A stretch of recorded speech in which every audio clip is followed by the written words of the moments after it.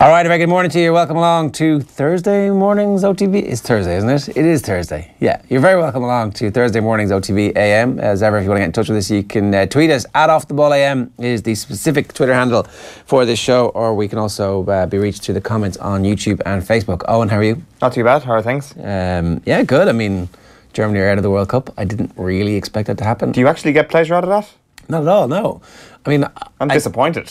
Well, I'm not disappointed by the manner in which they went out. It was spectacular. Yeah, well, that's true. If you're going out, go out in a conflagration of VAR and one of the best goalkeeping errors that we've seen since the 1990 World Cup. Yeah, it kind of had to be done, didn't it? I don't blame him for going up. I don't blame him for like the amazingly weighted, hoofed ball forward, and the guy like endlessly running to tap it in. It was a thing of beauty at that point. Yeah, it was unbelievable pace from Heung-min Son to actually finish the thing. But like, nobody's going to remember Manuel Neuer. Everybody's going to remember the jubilant scenes from South Korea, and they're probably going to remember the first goal when VAR proved that the people who said that VAR shouldn't belong in football are idiots. Yeah, simple as that. It did look, at first glance, like it was a perfectly legitimate goal. I thought, that's a goal. Well, until the first goal. Yeah. I thought it was always a goal. Yeah, well, it's very, very hard to see at the time that it's actually a German player who plays the fullback. A little toe poke. Yes, I mean, which you could see in the slow motion replay. I know, you could see straight away. It's like, how else well, you could if you there? were looking at it and you there's a good chance that you missed that. I think that I think that it's one of those decisions where it's like, going to be saved here by VAR one way or another. So, I mean, ultimately, maybe that's the right thing to do, right? Like, let the linesman signal if he thinks there's something wrong. Doesn't have to believe it. And ultimately, it's going to go VAR that there. Yeah, but that was one of those also great circumstances where a team celebrates a goal that isn't, and then gets it celebrated again. But they did celebrate it, and they celebrated it well when he did confirm the goal. So this nonsense about killing the moment and killing the joy and the jubilation with VAR is also a nonsense point. A lot of shit gets talked, basically, is what you're saying. Yes. And it belongs in the game. It's improved this World Cup to no end, to the point where it's been an utterly amazing World Cup. Those moments of tension, there's been extra moments of tension because of video technology in this World Cup. It's been fantastic. It's been win all the way. It doesn't mean it's perfect, but for the most part, it's been an utterly positive experience, and it's made this World Cup an all-time classic. I think it's been pretty good so far. It's been amazing. Like today's actually got a chance of being the first thing that kind of goes below expectations. This England versus Belgium match, just even watching the way Gabby Logan was chatting to Martin Keown about it. They don't care BBC, about it. No, like calling it things like a dead rubber and things like that. When in actual fact, it's the furthest thing from a dead rubber. It's going to have the biggest impact on your path through this tournament. Of course, the way the path is set up, losing this game will probably give you a more favourable path, and that's why people can describe it as a dead rubber. It is disappointing that if you lose, who are you going to get? If you lose, well, immediately we don't know, because Group H is such a pool of amazingness. And H is Japan, Poland, Senegal and Colombia? Yeah. Okay. Poland are out of that. So Colombia or Senegal, you would imagine it would be the team that you play. Then in the quarterfinals, if you win the group, it's going to be the winners of that Mexico or Brazil match. So it's going to be Brazil, whereas the other quarterfinal you get if you lose the group is Sweden or Switzerland. So there is no question that coming second in Group G will give you an easier quarter-final. Sweden, Switzerland. Yes, given how amazing Brazil are, and they're now rightly the favourites for the World Cup. Yeah, they were pretty good, aren't they? They were absolutely sensational. I'm watching my Twitter feed. It's like, they're crap. Oh, that's a pretty good goal. And it's like, they're terrible. Oh, actually, they're not bad. Maybe saying they were absolutely sensational is overstating it a little bit, but the incremental improvements we've seen is the definition of a team growing into the tournament. Yeah. All right, we'll talk a bit more about that. Here's what's coming up on the show. We have John Duggan. We have Anthony Cunningham going to talk to us about the Leinster Hurling final. We'll talk a bit about the Munster Hurling final as well, and we'll obviously preview that in much more detail over the course of the following few days. It's been a week where the hurling has largely been overshadowed by a dispute about where a match should be played, which is a minor tragedy in sporting terms, given the fact that these are two pretty interesting games this weekend. So we talk about that a good bit later on as well. Will Fleury is a name that you might not know just yet from the world of MMA. He's got his first big Bellator fight this weekend in Rome. He dropped into the studio with us last week. He's obviously in the midst of weight cut at the moment, and we'll be following his progress as he bids to become a superstar in MMA over the next while, and loads more as well besides. Now though, it's time for the newspapers. OTB AM. Thanks to Screwfix.ie, championing the trade with a dedicated call centre. Okay, we'll start with the Irish Independent this morning, and their back page obviously is leading with Kildare hit with crowd blow after winning venue row. This is like Martin Brownie kind of thinks it's breaking news to all of the Kildare people that they were going to have less tickets. I mean, this was never really about the amount of people from either county being at the ground. It was the fact that you actually get to play your match at home on that pitch as opposed to in Croke Park because you were entitled to it. But anyway, obviously everybody knew what the situation was going to be with the tickets, that Mayo have 3,500 season tickets, Kildare 1,000, so therefore there'll probably be more Mayo people than Kildare people at the game. Fair enough. Yeah, no one really cared or worried about that. No, it's the lesser of two evils, really. It is worth pointing out. It is news, for sure. It's a quirk that is definitely worth talking about, but it is the lesser of two evils. The players, for once, have the power in the situation where they have the home advantage because they were drawn out first, and that's kind of a full stop on that, really, isn't it? In an ironic twist, which most Kildare supporters would not have anticipated, they'll be outnumbered 2-1 by the Green and Red of Mayo for one of the most eagerly anticipated qualifier tires since they were first introduced 17 years ago. They wouldn't have anticipated it, except that everybody talked about it the whole way through. It was like, okay. Yeah, it's not a shock. I didn't suddenly think we were going to have like 8,000 of the 8,020 tickets. No, of course not. White cliffs surrounding the whole ground going, no, it's fine. Just don't worry about it, Martin. We'll be grand. Pelting stones over the concrete wall at all those Mayo hooligans outside. Yeah. Apparently there isn't going to be any crowd trouble. Well, how do you know that, Ger? GAA fans are absolutely disgusting animals, and they're going to beat lumps out of each other outside St. Conleth's Park on Saturday. With their children, using their children as battering rams. Absolutely, yeah. It's going to be like, there's going to be an Elijah Wood movie made about what happens outside St. Conleth's Park on Saturday. And then not released for about 10 years. Boss Löw will consider future after shock exit for Germany. That's Yogi Löw. I don't know if you noticed, but like just after the second goal goes in, after the first goal goes in, they're like, okay, Thomas Muller's doing the very German thing. How long has it got? Oh, we've got 5 minutes. Come on, let's go. We can do this. We've got 5 minutes. It's going to be amazing. After the second goal goes in, Yogi Löw's a big root around in his nose. Just one last classic, iconic. If I'm going down, I'm going down with my finger rooted all the way up, trying to pick my brain. Did you notice? It was like, and then the camera panned away really quick, and he was like, "Oh, stop." I actually didn't notice that. I did see somebody tweeting last night saying we've been deprived of all the sensory body horrors that Joachim Löw had planned for the knockout stages of the World Cup. It's clearly some kind of Tourette's, though. Like, I didn't realise that it was a thing that he does at moments of great tension. And did he eat one once?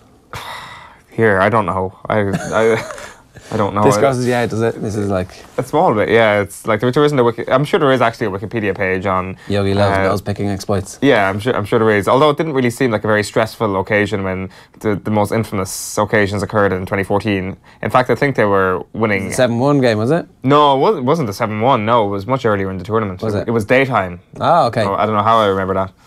There were a couple though, weren't there? There were separate ones. Oh, there was, yeah, but it was all across one game, and then Löw had to come out after the game in a press conference and say, "Listen, I apologise to the world for what I've done." I didn't know. Yeah, he had to address it. Right. I think it was after game 1 or 2 in their group stages. So I thought they were separate, and I thought that there was one where he got caught eating it. Is there another one where he's caught smelling his armpit? Is there? Or am I making that up now? I don't quite recall that. All I remember is the hand down the trousers. Oh, the hand down the trousers. That was in the group stage. Not the armpit, sorry. No. Did he smell his fingers? What? Yes, he did. Did he? Yes. Oh, God, right. That's the most famous one. Oh, okay, so it wasn't his armpit he was smelling his fingers after. It was down his trousers. Yes. What? Okay, here's a question I never thought I was going to ask. Front or back? Front. Okay. All right, let's move on. Don't remind me of this horrible part of history. There's Mesut Ozil, who apparently ended up in a verbal altercation with some fans. He threw his jersey into the crowd and turned away and then turned back, obviously having heard some abuse from somebody in the crowd, and had to be separated by a goalkeeping coach and a physio, apparently. Samba style Brazil see off Serbia as Swiss squeeze through is the other headline on the front there. John Myler says that Cork fans won't settle for Munster glory. I mean, obviously they want something better at this point, and I guess, they're probably within their rights to as well.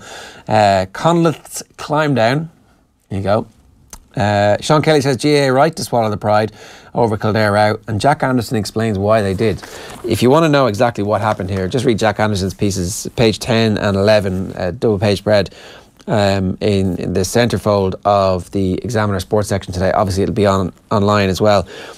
He goes through the rules and exactly how and why Kildare would have had a case and why they would have won that case, both with the DRA and potentially in court. The type of stuff that as soon as it's presented to the GAA, they go, oh, okay, maybe we'll do a deal on this. Maybe we'll talk to the Gardaí, who've already told us that it's going to be grand, and just make sure that it's going to be grand. Is it going to be grand, lads? New information came to light. So that's his piece. He finishes, though, by making the point that in mediation training, you're always told that disputes are like an iceberg. The top 10% or so of what you see and think the dispute is about usually hides the real source of trouble below. The Kildare match goes ahead at the weekend. The weather's likely to be warm, but the iceberg of discontent with the GAA has not melted. Was this dispute ever really about Kildare's right to a home venue, or was it about a growing disillusionment, perceived or otherwise, with the GAA's direction? So a brilliant diagnosis. Very good point. Of exactly what's gone on here. That this wasn't really that. The outpouring of support for Kildare wasn't about Kildare's right to host the game in Newbridge. It was about this continual drumbeat of negativity about the relationship that Croke Park has with the grassroots. And in fairness, Alan Milton was addressing that point last night, saying he was going training the under-9 camogie team, and that they are GAA people. And so that's true. They are all dyed-in-the-wool GAA people, and yet this perception has been allowed to crowbar its way into the conversation. So whether or not it's the reality, Croke Park has to realise that that's the perception that's out there, and they need to start addressing the perception as opposed to being angry that the perception exists. Because you can be angry with it all you want, but it just leads to situations like this where it's like, well, no, we're not doing this for commercial reasons. We're doing it because of this, but it's too late when you're explaining those things. And so, I don't know, you hope that this is a learning experience for everybody. Yeah. Is it though? Is it going to be a learning experience for everybody? It's hard to... Okay, so that perception exists, but that perception exists because of a deep-rooted culture, I would have thought, in an organisation that doesn't change all that often.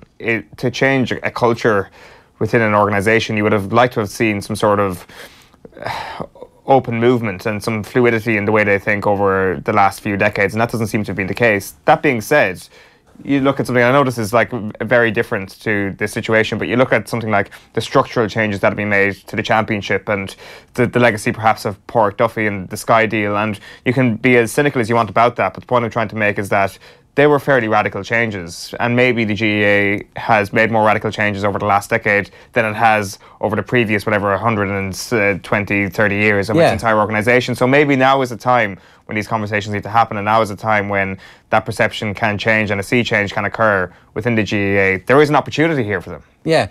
The one caveat to all that, though, is the growing sense that Dublin are going to be unfairly advantaged by having two games at Croke Park. The games aren't fixed yet, which everybody keeps pointing out, but more than likely they're going to have two games, because the first game is a Croke Park game, not a neutral game. The second game is a home game, and the third game is an away game, or whatever it is. You get one home, one away, and one in Croke Park. That's how the Super 8s are set up. But if the CCCC have the power to fix fixtures, then surely they've got the power to say, actually, you know what, that won't be a Croke Park game for Dublin, that first game. If Donegal agree to it, they'll have no Croke Park games themselves, but they will get a game on a neutral venue against the Dubs in Clonus.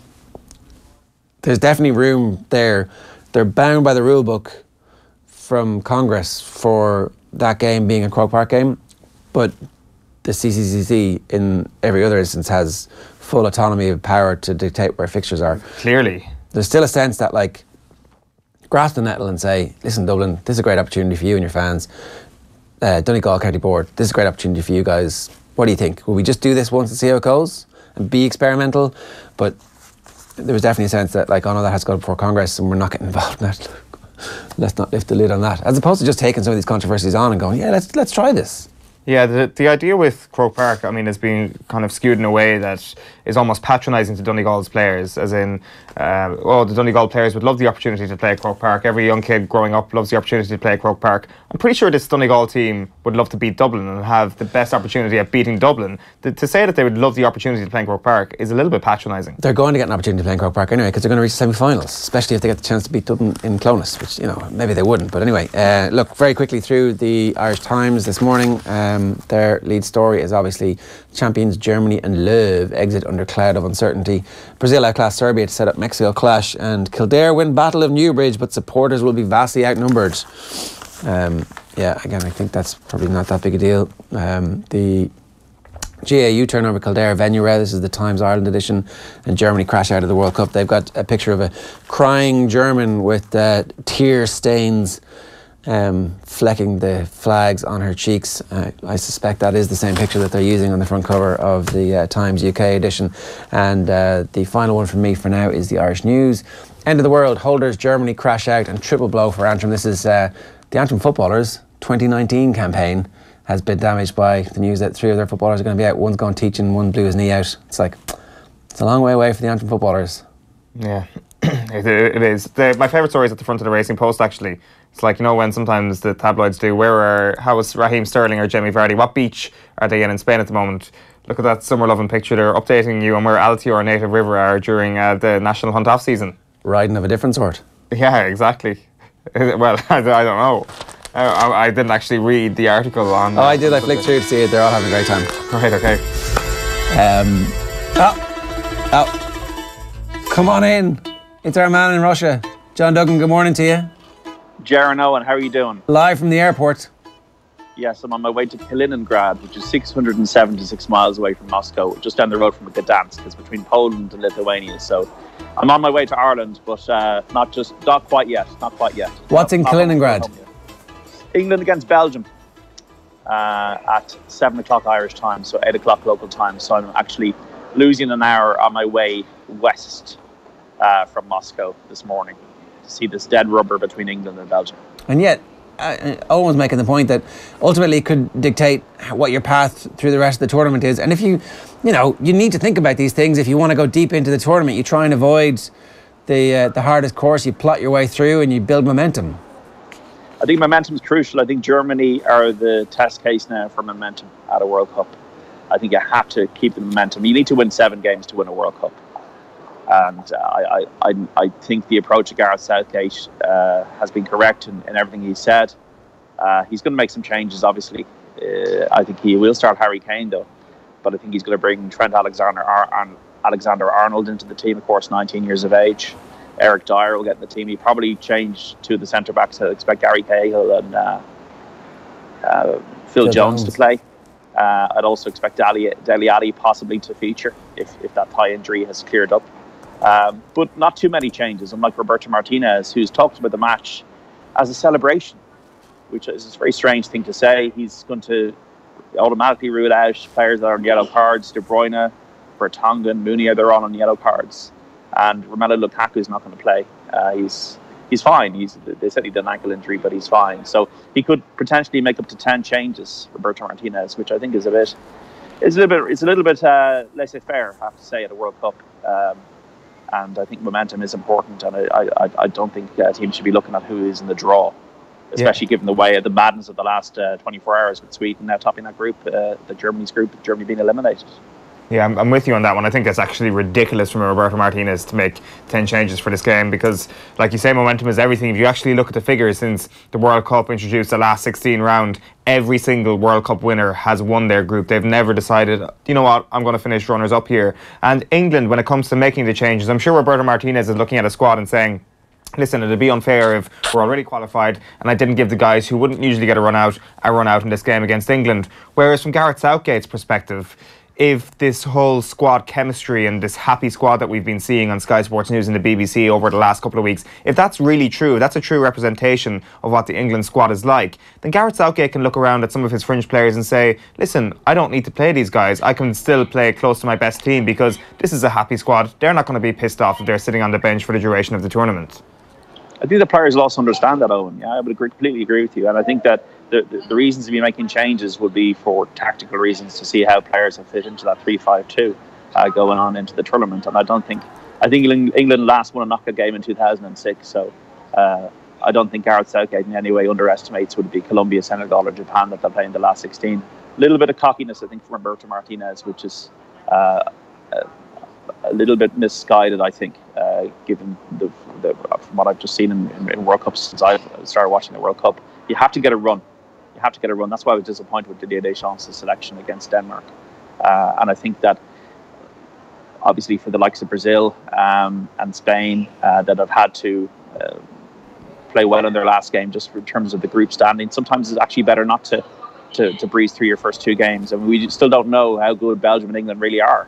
I've seen every team in the tournament now, apart from Spain and Belgium. I'm seeing Spain against Russia on Sunday. But Brazil, I get the sense, with having watched them last night, with every single game they're improving, and they're going to hit the last 16 with the plane in the air in a good way. Let's talk a little bit about Brazil last night, because we were chatting about this too, that there is a sense that there are moments in the game where they're beginning to fully understand exactly what they're supposed to do. There are large swathes of the game too where they look like an international side who, by its very nature, aren't as fluent as some of the best club sides in the world, because these players don't play with each other all the time. And yet Brazil are beginning, it seems, to finally find full expression to their talent. Yeah, it's one of the best performances I've seen. I think this was the 9th game that I've seen. That was probably the best 19-minute performance. I thought Serbia played quite well. I think Brazil, I mean, Neymar, people can say whatever they want about Neymar. Neymar's class. Neymar is a class footballer. He's very relaxed. I think the urgency of the World Cup and the fact that we're in a knockout stage now and it's winner takes all, and they're playing Mexico, who did very well in their first 2 games, will actually help Neymar, because he plays football like he's playing on the beach. And he's got that relaxed attitude. Of course, we have the theatrics. There was one moment when he was fouled and he almost rolled into the stand. There was another moment when he was fouled and he started clutching his face, even though the foul had nothing to do with his face. But there was other moments when it's just the acceleration and the trickery. Milinkovic-Savic is a very well-regarded Serbian player. There was one moment when he just left him on his backside, effectively, and he set up Jesus for a couple of chances. And he just has that utter comfort with the ball. And I think he's just to see him close up in the flesh. What an amazing player Neymar is. Of course, what I put out on Twitter last night, lads, the man really, though, who's running the team is Coutinho. Coutinho, for me, is in there. If we're talking about golden ball contenders, who are the golden ball contenders? Luka Modric, obviously. Philip Coutinho, you'd have to say, is definitely up there in the conversation. Diego Godin of Uruguay. But Coutinho is in that. I think with Brazil, they very much know how they want to play. They very much know how they want to play, with the 4 at the back, with the 2 holding midfielders, with the 3 players, Willian, Coutinho and Neymar, all in positions I think they're comfortable with. And then Gabriel Jesus up front, who didn't get much change last night. The one area I would be concerned about when it comes to Brazil is Casemiro. I think is a good player, physical, imposing, does his job, and has proven at Real Madrid. His partner, I'm not so sure, be it Paulinho or Fernandinho. I think that's where Brazil are a little bit weak, in that transition from, just the protection of the back 4 in that defensive midfield area. That's the one area where I found that Serbia, when they ran at Brazil for about 10 minutes in that second half, caused them a few problems. Mitrovic, remember, one stage heading the ball into the keeper's, Alisson's arms, Alisson flapping it across. And that's the one area I felt that they were a little bit vulnerable. I thought their fullbacks were really good. Filipe Luis and Wagner. Marcelo went off after about 10 minutes. He's got a kind of spinal issue, but I think he's going to be okay. Centre backs look comfortable. They're going to be thereabouts, guys, because they have that cutting edge with the attackers. And Jesus really hasn't fired yet. Coutinho has been involved in 2 goals. He scored 2 goals, and he had that magic ball in for Paulinho in the first half. And Paulinho had made those runs, and because they're all focused on the front 3, he ghosted in a couple of times before he scored, and then he did score. So that's the benefit of having the focus is so much on Neymar, on Coutinho, and on Willian. But I think the urgency of the tournament will help with Neymar's focus, because there's one moment in the second half with Coutinho did this amazing flick and then just set him through on the left-hand side, but he kind of fluffed the opportunity. So I'll be excited by Brazil, but Mexico won't be any pushovers in the last 16. You got to hang out with some of the Brazil fans pre-match as well. That was also on your Twitter feed last night. You saw that, yeah. like I don't really take selfies very often. I'm trying not to be a fan here, but it's a World Cup, and you know, I do also believe in you need to embrace the colour of it.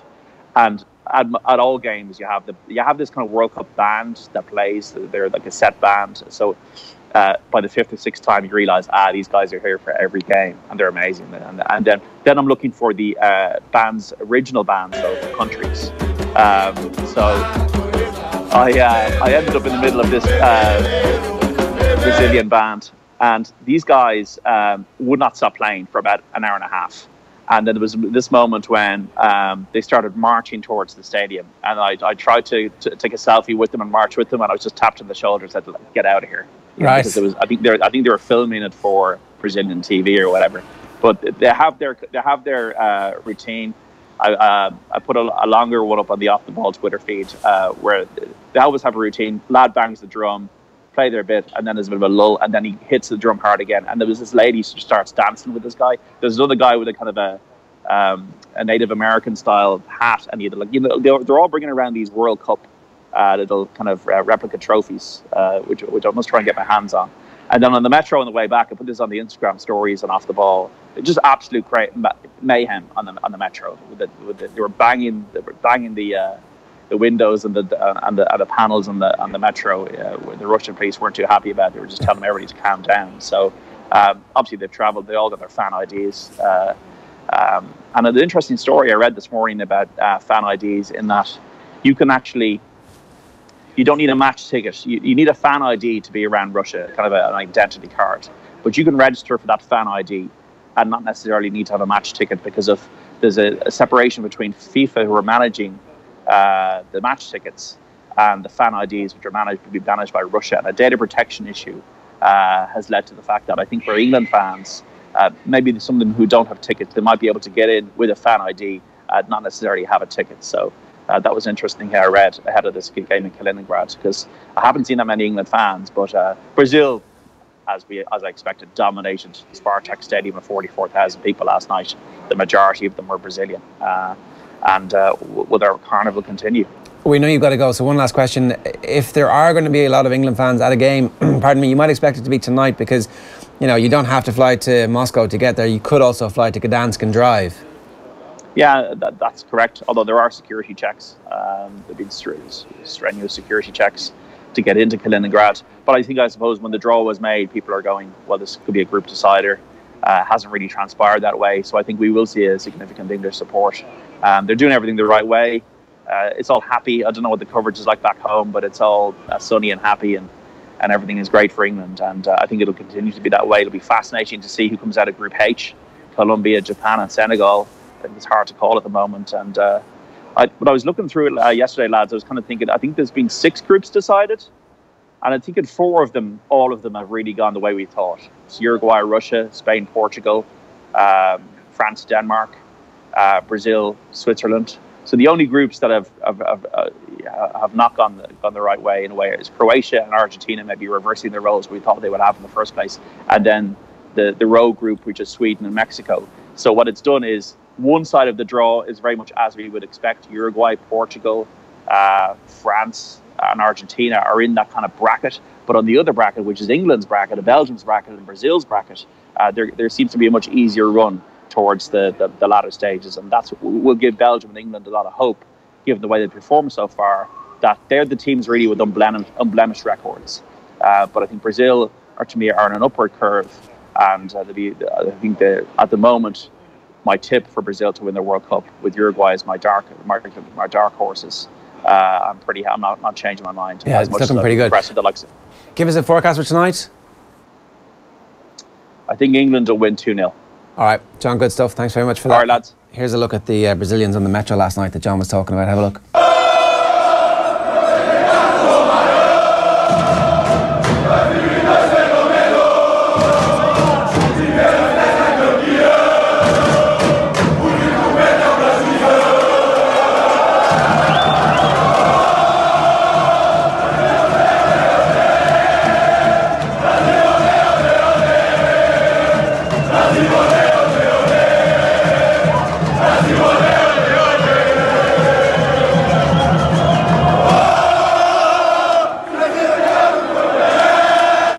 so jealous.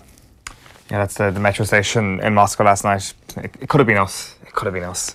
The back page of the Herald is new low for Germans. World Cup Group F, South Korea 2, Germany 0. And Philly McMahon is saying it's a no-brainer for the Dubs to play in Croke Park. That's to do with the home game that Dublin have, which I don't think anybody is disputing.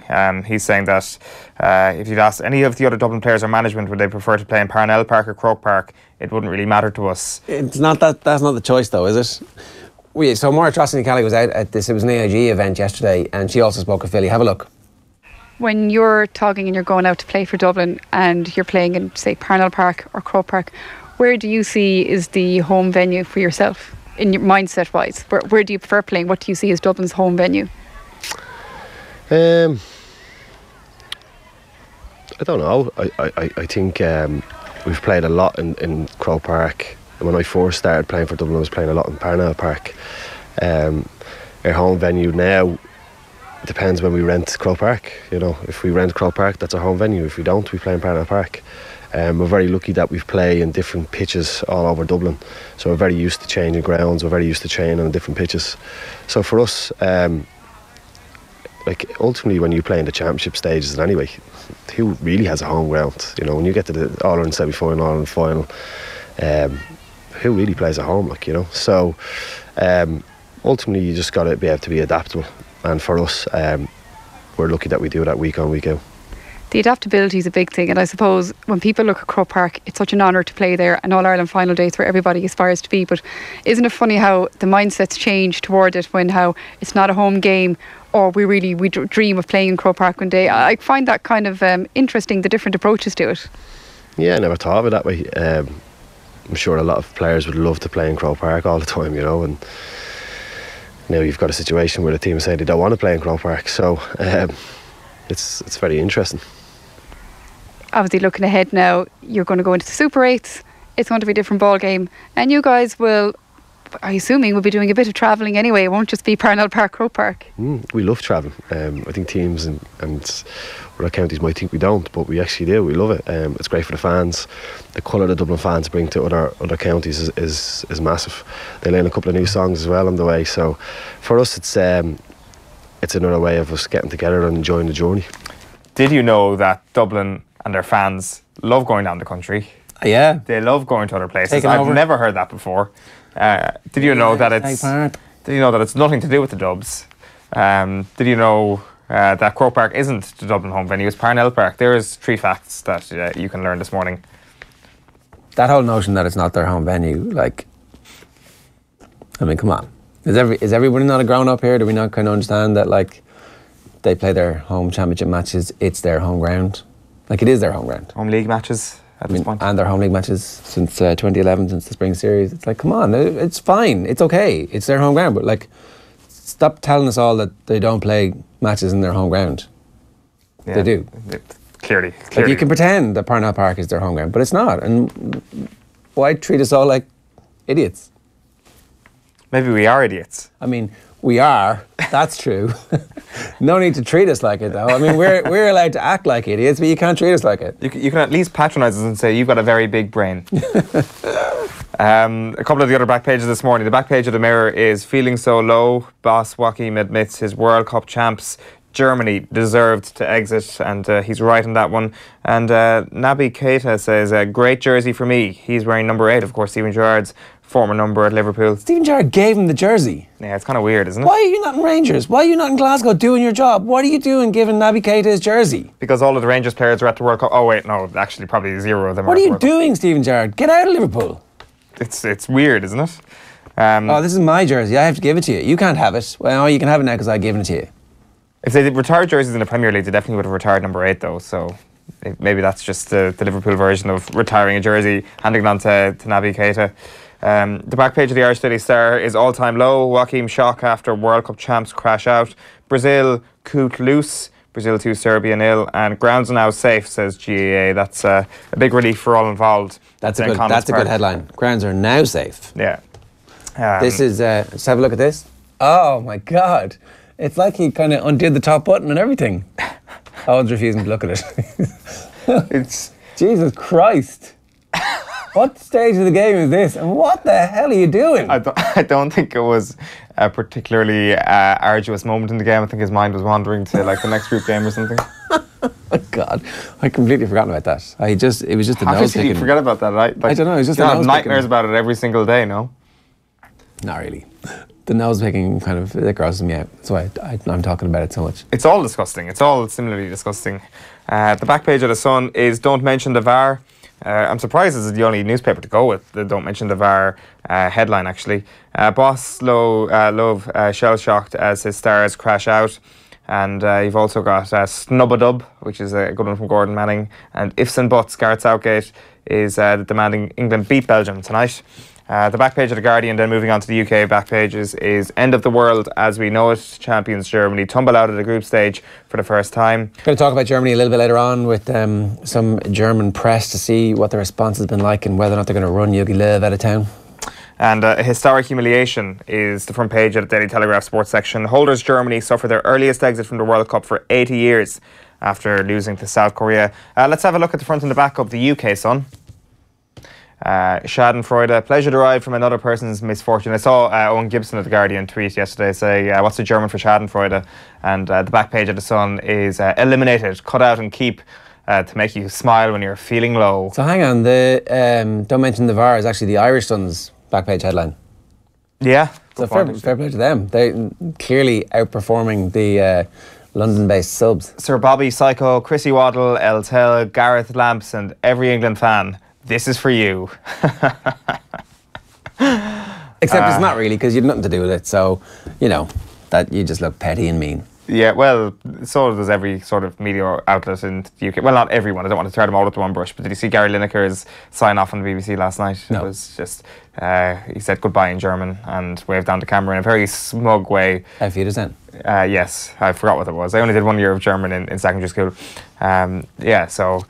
You know, the smugness can come along, I guess, but... They've got at least another 3 days of it. They would want to just bite their tongue for a little while and then go ahead with it. The reaction in Germany is, as you'd expect, here's the front page of Bild, and this is beyond words. Side by side, the 7-1. Sorry. Yeah, this is the greatest moment in German World Cup history where they thrash Brazil 7-1 and then, oh, look, it's the same headline after they just got knocked out by South Korea.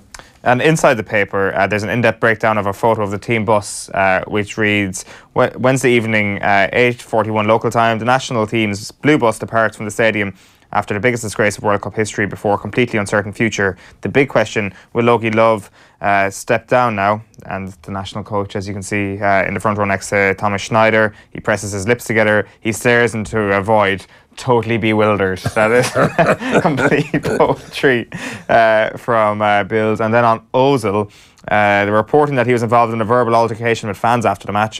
And according to eyewitnesses, Ozil threw his jersey into the stands. He suddenly turned around, gesticulated and shouted towards the fans. A goalkeeping coach and bodyguard had to intervene. What was the trigger for the confrontation? Ozil's body language suggests that fans insulted him on the way to the dressing room. What exactly happened? It remains unclear. So the plot thickens via Bild there in the wake of Germany's World Cup exit. All right, let's move on because it is an amazing GAA weekend, particularly if you're a hurling fan. And there are the two provincial deciders are down for a decision. Anthony Cunningham is on the line to help us preview both these games. Anthony, good morning to you. Good morning, guys. How are things? It is a real pity that we spent most of the week arguing about health and safety and home venues and all that kind of stuff, because these games are pretty good this weekend. Yeah, it doesn't come better than a Leinster final and a Munster final, really. And with the hurling championship has been fantastic today. So, yeah, a mini break there for the past 3 weeks. So I think everybody's really looking forward to these two matches on the box or in person on Sunday. In previous years, I suspect that if Galway had been faced with the prospect of playing Kilkenny again, and then, who knows, maybe the prospect of also facing them down the line, there would have been a sense of, oh Jesus, we're going to have to beat them 3 times this year. But this is a different Galway team who kind of dispatched with them as a matter of routine the last time the sides played. So they must be pretty confident. Yeah, I suppose it's all about confidence, really, and Galway have built on that. I think they're a better team than they were last year, and they're really built on when you win, your confidence grows, and knowing how to win and building that experience all through last year. Really, they've shown that in the group matches, the round robin matches to date. And as you said, I think it was Kilkenny would have been awful disappointed with the performance, but it was, probably one of the easiest matches Galway got in quite a while. Probably won't be as much in it on Sunday, but again, the confidence that Galway have and their winning mentality, and they're just oozing that bit of class now, and they're the team everybody have to beat. And if it's tight with 20 minutes to go, I think on Sunday you'll see the real Galway again, and their win last year. Then that's where it will really stand to them. That's kind of the great intangible about suddenly finding yourselves as an All-Ireland winning team, like the willingness to take risks, I don't know, it's hard to explain, but I guess as a player you must have felt that. You go before, there's the team before you win the All-Ireland, and there's the team after you win the All-Ireland. You're like, well, look, we've done this now. Yeah, winning becomes a bit easier. Okay, you still got to work hard and win all your tackles and all the battles and win the ball, basically. But in a tight situation, that bit of confidence shines through.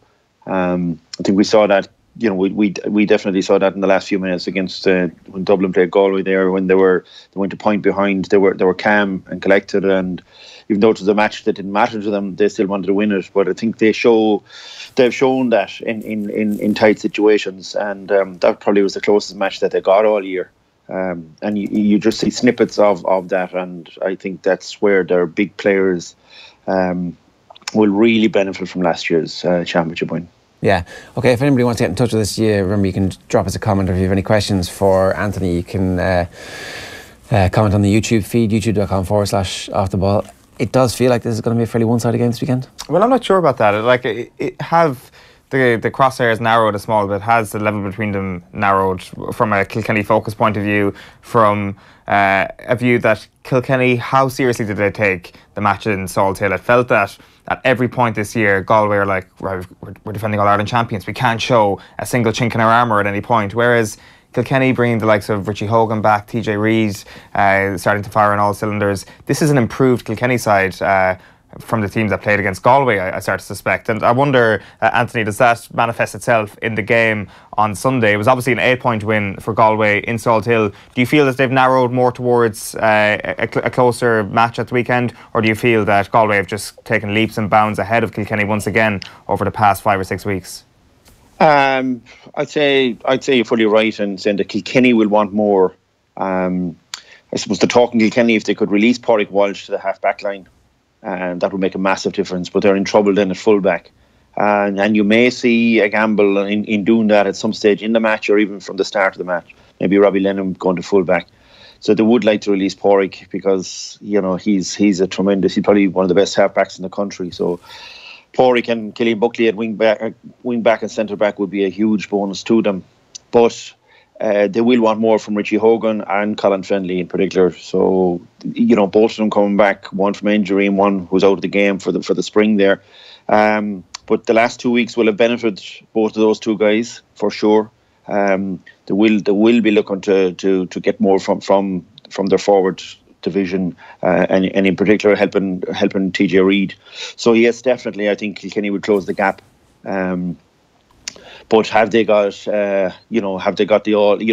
as many forwards that can score at will as Galway have, or can they hold out, particularly in the full back line? I think that's the big question. Can they hold Conor Cooney and Conor Whelan, who are the two best inside forwards now in the game, and they're practically unmarkable. Their ease of getting scores and their ability to win the ball and their strength, and they're just so many different ways they can win the ball and take on the man and score. Will be difficult for Kilkenny, but I'd expect there will be a big push from Richie Hogan and Colin Fennelly to get back, as you will see also from Pádraig Walsh. How do Kilkenny actually get those scores, though? How do they free up the likes of Hogan and Fennelly at the weekend? Because it seems that if you put big high ball in on top of the Galway half-back line, it's going to get gobbled up. If you run at that half-back line, you're going to get gobbled up as well. So it seems that a shorter passing game is required to beat Galway. Would I be right in saying that, Anthony?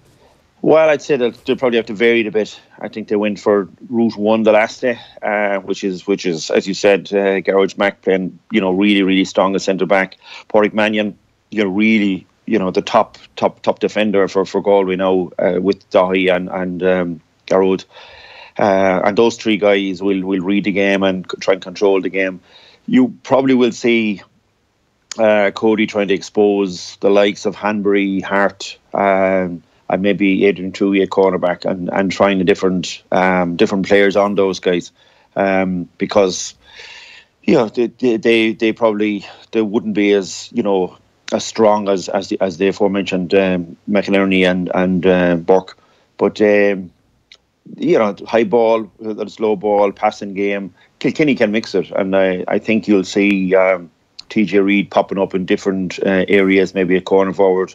Has scored a goal off Hanbury before in a Key Leinster final 2 years ago. So they will want to try different ways, and I think Croke Park probably would suit them a bit better than Pearse Stadium. It was also Galway's home venue. That counts for 2 or 3 points in these games, that's for sure.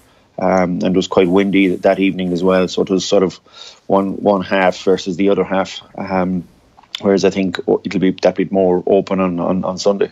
Enda McAvoy wrote a piece a little earlier on in the summer in the Times Ireland edition, saying that he felt like Galway were a bit more goal hungry in games, particularly early on. That last year they won, beating teams with 24, 26, 30 points on occasions over the course of the season, and that this year they were trying to add. Deliberately, he felt that they were actually trying to work the ball in a little bit closer and be a bit more ruthless early in games. And that hasn't stopped them racking up the giant scores from a points perspective as well. Is that something you noticed? Is it true? Does it hold true? And is it kind of just what you would expect from a team as they try and evolve? Definitely, it's something they probably, if you wanted to challenge any aspect of their game last year, they still left games, teams in it. Waterford, you could have gone 2 points up with 8 minutes to go, really, with Galway once snuggling to finish. They would need to have the ability to score goals, and that would be a conscious effort that Galway, when they sat down, reviewed last year with Mial Donoghue and the boys. They definitely would say, right, we're going to push harder for goals. It was very evident in the first match against Offaly. They also would have known the scoring difference could have come into it, but that's a really plus. A big plus for them, and to beat Kilkenny, if Kilkenny rack in 2 goals the next day, Galway won't win it on points. They'll need a goal, and it's just in particular, as I said earlier, the 2 inside forwards, they'll push for goals. Any half chance Conor Cooney or Conor Whelan get now, they'll push for a goal, and we've seen the likes of Johnny Glenn and others coming in who are just driving through, to really. I suppose to try and be the finished article, and goals are huge, particularly in big championship games, and I think they'll need a goal or 2 on Sunday. Have they changed style? Is there an evolution, or is it just about taking one more pass and one more step and just being a bit calmer? Yeah, I think sizing up your best option. You're 25, 30 metres out from goal. If there's a better option, that you just take an extra step or 2 and pop a pass inside. As a coach, you'll always be pushing players to do that. I'd often say anyone of if you're an inter-county forward, no matter where you are from, if you have the ball 20, 30 metres out, you should be able to score a point. But the big question is, can you see the goal? Can you see that opening? Can you take the step inside? Can you create a 2-on-1 situation and give it to the man in the best position? And players like Joe Canning, definitely Canning, Conor Cooney, Cathal Mannion has great vision. Joseph Cooney has tremendous vision as well. They're well able to do that. But Galway, is set up the same way. David Burke will sit as a defensive midfielder, and he's the playmaker. He's the general there who's sending a lot of ball and quality ball into the forwards. So Joe Canning will peel off the centre forward position and create those openings. And he's really on top of his game. And I think we've seen him to best effect on the Wexford match and the Kilkenny match. And he's timing his run. He's a lot of hurling played over the years, but I think he's fresh. Didn't play too much in the league, which was very smart. And I think you'll see a big game from Joe again on Sunday.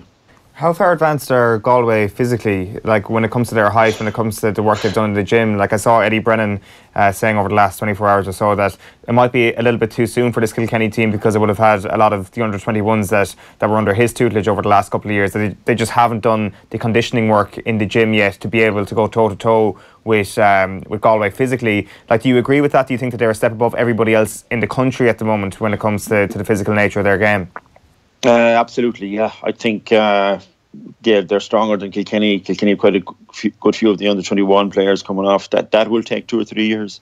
The game has gone very physical. There's huge emphasis now on tackles and winning your ball and manning up and facing up. So you do need a lot of upper body strength. Galway have a huge amount of players over 6 foot. That's of massive benefit to winning high ball. But the condition, just doesn't happen in a year. That's gone on since 2013 and 14, 15, and been built up massively by the strength and conditioning coach, who's probably the best guy in the country now. In the past 2 years. So yeah, it's a huge asset to have, and it's a huge part of an intercounty team now is to build over the winter months. Galway probably don't have to build anymore. They just have to maintain their strength. But they are at least 10 to 20% better or stronger than any other team. The thing about this Galway team is that we knew for so long what the talent pool was, and they're finally beginning to reach their potential. They also kind of stand on the verge of being considered a great team. If you go back to back, it's so difficult to do. So few teams have actually really managed to do it really since Kilkenny started being the greatest team of all time. Nobody else has managed to do it. So to be able to do it in this era, and particularly with the way the championship is working out, they would be considered a great team. So that brings its own pressure. The expectation of their supporters and the expectation of the team themselves, that brings pressure. How do they deal with that this year? What would you be saying to them as a group to make sure that they just continue to be that cliche team who focuses on what's happening next? Because it must be easy to get carried away by being perpetually patted on the back as a great team. I think when the players sat down at the start of the year with Mihal and Franny Ford and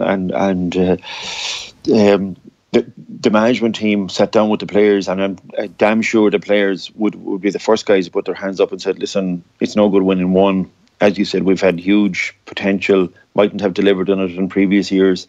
And they will want, as a set of players and a management team, will want to win 2 in a row, that's for sure. Because you aren't, people will look back and say, well, you didn't beat Tipperary in the final, didn't beat Waterford in the final. But that will drive on these players, and they are a really driven bunch. Will it bring pressure when you're playing the match the next day? No, because they'll concentrate on the game, they'll concentrate on the opposition, they'll concentrate on how to work scores and how to defend. So when you're out on the pitch and their preparations for the past number of weeks will really be on their own game and getting that right. So while it's there and it's a big target, they have the experience and they have that confidence more than anything else from the wins last year. To really help them in that scenario. But they'll be driven as a set of players to win 2 in a row, because they will look at the Kilkenny team that has been there, and as you said, no team has put two back to back really since probably the 80s and early 90s, since the Kilkenny juggernaut came along. Just one last point on the Galway situation and the match this weekend. If you lose this game, it's actually a bit of a disaster in terms of the schedule that you face into in the immediate aftermath. We've seen so much be made of the whole thing, playing 3 weeks in a row, and the weaknesses that the teams who have had to play 3 weeks in a row. So everybody wants to go through the front door. That's kind of the biggest prize on offer. The silverware will be important, and particularly maybe in Galway's case, where they don't have 6 million of them the way Kilkenny do. But at the same time, if you want to be All-Ireland champions, the best way and the quickest way is through the front door. Absolutely, and it's the easiest as well. As you'll probably have a down week where they'll recover, get all their injuries right, and then focus in the last 2 weeks before an Ireland semi-final, and you'll be going in playing a team that has lost. If you go and lose, you're going to be ultimately facing a Munster champion, who'll be really, really buoyed by their success on Sunday. That's Cork or Clare. So you will want to go the direct route, and that you're then in control of your training for the next 3 weeks before the semi-final. Anthony, I know you have to go, but one quick word about Dublin's season.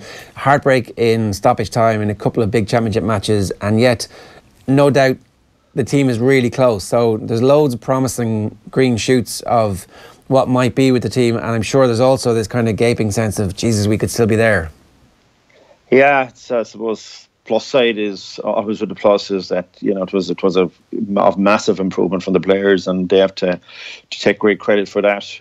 They really improved, but was very well managed and by Pat and huge emphasis on improvement, and that was really good and really enjoyable, and the players really responded. Heartbreak, and when you probably look at the World Cup and see the video calls really, and maybe a referee stopping the game for a couple of seconds and checking out a crucial decision. We had a very harsh call against us and going into injury time against Kilkenny when we were in the lead, and it was a free that was missed. Basically, there was that does happen. Same thing in down in Wexford, leading going into we're ahead a minute into injury time. Got one or two harsh calls against us as well. So they're small calls. It's so difficult now, and I think with the speed of the game and the way the game has gone in the last 5 years, I don't think the GAA has been fair on the referees. To be honest with you, I think they should be taken out and trained full time for a couple of months and maybe look at the technologies that are there. I don't think it stops the game in any way, but that's for another day and another discussion. That's not me harping on about them, but I think they need better help. But for Dublin, there's a huge prospect there, but it's a results game. Ultimately, we didn't get there. We're extremely disappointed, but there's huge prospects. Good stuff, Anthony. Enjoy the weekend. Thanks a million for talking to us. Thanks, guys. Anthony Cunningham there giving us his thoughts ahead of the Leinster hurling final. We will of course preview the Munster hurling final later on in the week, and there'll be plenty more to come on the radio tonight with Nathan from 7 as well. Now let's talk about the red card. Obviously John Small red carded last week in the Dublin game against Laois in Croke Park. His clubmate and inter-county teammate Philly McMahon was talking with Maura Trossan-Nicali about it. Jim Gavin spoke after the game, and he said he was surprised at the red card incident that meant you guys lost a player. I'm sure you've watched it back. What did you make of it? I suppose when you see it, you see John going for the ball, and then unfortunately he connects with the guy's face. But just when you think about the environment and the way the game was, we were kind of pulling away a little bit from Laois, and I could never imagine somebody coming on and intentionally doing something like that when you're beating a team well, and there's not that much long left in the game. So for me, you could see he was reaching down to get the ball, and certainly from my point of view, it was an accidental collision with his hand in his face. The thing is, though, even with accidental collisions, sometimes damage can or could be done, so I assume you can see why the red card was given. Not really. It's a contact sport, so if someone accidentally hits someone in the face, it's accidental. Like you shouldn't get punished for it. We play at such a high intensity in the environment that we play in, and you just can't control everything in terms of, if someone has the ball close to his chest and you're reaching down to get the ball and it's close to his face, you could contact with his face. So it's the sport we play in. It's a physical contact sport, and these things do happen. There you go. Philly not having it. He is, correct in a lot of the things he says there, except for the point about, an accidental collision not necessarily resulting in a red card. Like it was, I fully believe it was an accident. I don't think it was a red card. I think that the Johnny Cooper one was far more clear red card than that one, to be honest, because that felt like, oh shit, my hands come off the ball, but yeah, he actually makes contact with the ball before punching him in the face. Got the ball, ref! I mean, he did. He does inadvertently punch him in the face is the nub of the point. Yeah. I don't know. I felt like you could easily see that given yellow. Yeah, and there wouldn't be any complaints. No, it's not the Ronaldo scenario. I thought it was actually going to be a yellow, and I wasn't prepared to get outraged or anything about it, so that kind of tells the whole story, but there's a lot of right stuff in what he's saying there, and in this specific case he's probably correct in saying that maybe he was unlucky to get a red card, but in general I don't think an accidental sort of collision should necessarily absolve you of all blame, because ultimately you should be judged a little bit on what the impact is rather than what the intent is to a certain extent. I mean, this is obviously the question that's going on in rugby at the moment. Israel Folau banned for a game overnight. Australia are absolutely livid about the fact that he was banned for a game from the Peter O'Mahony situation. So it wasn't the one that he got yellow carded for. It was a separate incident, I think. It was one of the 3 incidents anyway. And they're making the point that the lifter was bad and that he's trying to get the ball, which is kind of what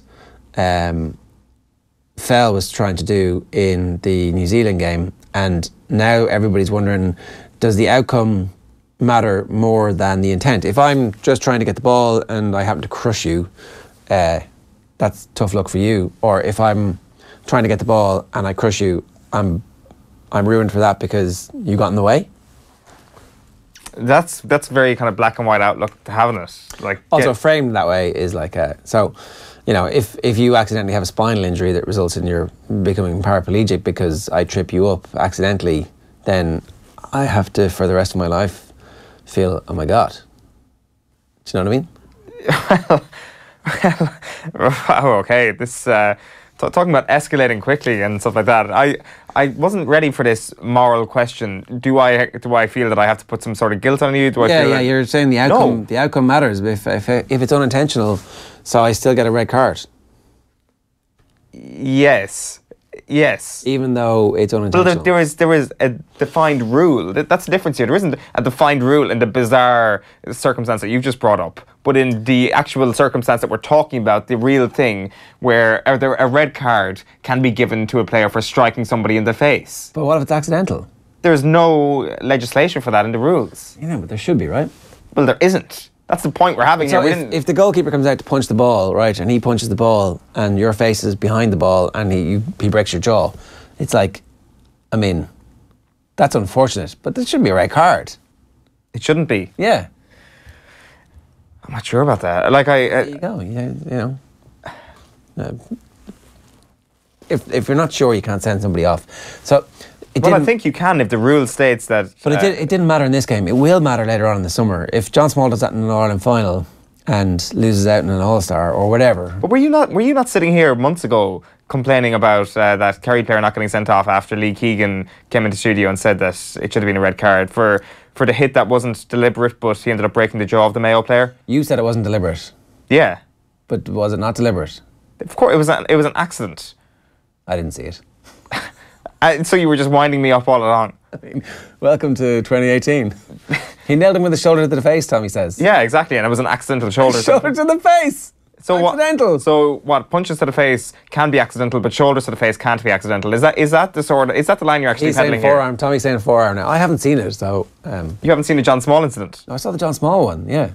But are you making... punch to the face can be accidental when it comes off the ball. And are you making a shoulder to the face is like a shoulder in the general area? I'm trying to nail you here. No, it's... How can you possibly make that leap? That's incredible. What if you're going shoulder to somebody and the person's body changes to... I don't know why they would do that or for what reason. But say for some reason their body moves mid-challenge and their face goes into your shoulder. Like, you've created a strange series of hypothetical events here. Well, I mean, you're the one bringing the hypotheticals into it. No, I'm bringing up a literal event that did happen. Which, the Evan Regan one? Yes, it was Evan Regan. That's the... So Evan Regan gets injured because he gets shouldered to the face. Just watch it on YouTube from Tommy. What? Straight red card all day long. Thanks very much. My swinging elbow hits you in the face. Come on, Owen. That's completely different from John Small. Completely different. No, you should refresh your memory here. I'm not trying to compare it to the John Small. I'm just saying that it was a grim outcome from an accident. So we're watching Mayo come forward in the right corner forward position. Ronan Shanahan goes in to try and get the ball away from him, and Evan Regan ducks into the challenge. And kills him. He doesn't kill him. With a WWE style, thanks very much. Come on. Concussed with a fractured jaw. But ultimately, now you're bringing up. Yeah, you're bringing up the impact of it. I'm telling you the outcome, right? He was concussed with a fractured jaw, and it looks like a concussive jaw fracturing tackle where he doesn't bounce off the ball. There's nothing in between. It's like he's going. Boom. My point is that the intent was to get the ball with his elbow. He swings the arm to try and to maybe slow the player down and or get the ball. Yeah, the intent, as Tommy says, the intent was not to connect with the face. The intent of the is player. to stop a goal by any means. It's like under no circumstances are you passing, because you look like you're about to rein in on goal here, and I'm going to clock you. Owen, come on, they're completely different. Well, that's a straight red all day long. But the point is that they are different. The point that looks intentional. But it's not intentional. But how do you know that? But how like? Because it looks intentional. It's miles high. But it doesn't really, though. Miles high, you can see what he's trying to do. You can see that he's trying to dispossess the ball from the player's hand. No. Well, it's a really shitty technique. But ultimately, it's one of the worst techniques of tackles you've ever seen. Okay, so ultimately, we're having an argument about it. How can you possibly have a rule that dictates something, a red card being shown, if you're going to have arguments like this about it? Well, it has to be judged on the one definition of it. Yeah, I mean, that is high, dangerous, and that's kind of vicious. John Small is like, there's a ball on the ground, a guy's holding it, he's trying to punch it out. That's not actually near the ball. It is, though. It is near the ball. It's near it in that a man is holding it while he's getting his head poked off him. Well, so you're saying that the Ronan Shannon in that case is trying to puck the head off Evan Regan? I'm saying that there's clear intent not to play the ball in that, and that's I don't know, is there super slow-mo of it, but if there was, it'd be Zapruder film of back and to the left, and his head exploding. Look, this is not a good hill to die on, I think, for anybody defending accidental and freedom to punch the ball, because he doesn't... look, he's even sizing him up. You can see he's looking at him, and he's not looking at the ball. That's a bad tackle. That's a really bad tackle. Well, I'm bringing up the point. I'm saying that that's a couple of months suspension tackle. But it's not. It's not really, because you're saying that it's a couple of months of suspension tackle based on the fact that he's intentionally trying to break his jaw, that he's intentionally trying to do his head in, which is a ridiculous thing to say. I don't think you can make that leap from that. And I don't think you can make that leap about John Small. What the ultimate thing is here, should that have been a red card tackle? He's trying to hit him. But I don't think he's trying to hit him in the face. He's not trying to strike him in the head. Is he that inaccurate? Yes. Well, no. What happens here is that the Mayo player ducks into the tackle. He's got a swinging arm out to try and stop the player in the torso, and the Mayo player ducks into the tackle. You can go round and round about this conversation all day long, and that's the point. The definition can come from the result of the tackle. The definition can't come from the intent. That's the point I'm trying to make. I don't think it can come from the outcome, because that tackle's a bad tackle irrespective of whether or not the concussion and the jaw break happens. Yeah, so it has to come from, there has to be some way of saying that looks like you were trying to do him, and so therefore... It looks like what did happen, there was impact made to the head. What did happen in the Dublin situation, there was impact made to the head. But it didn't look like he was trying to do that. But you're getting into the look like. What did we see?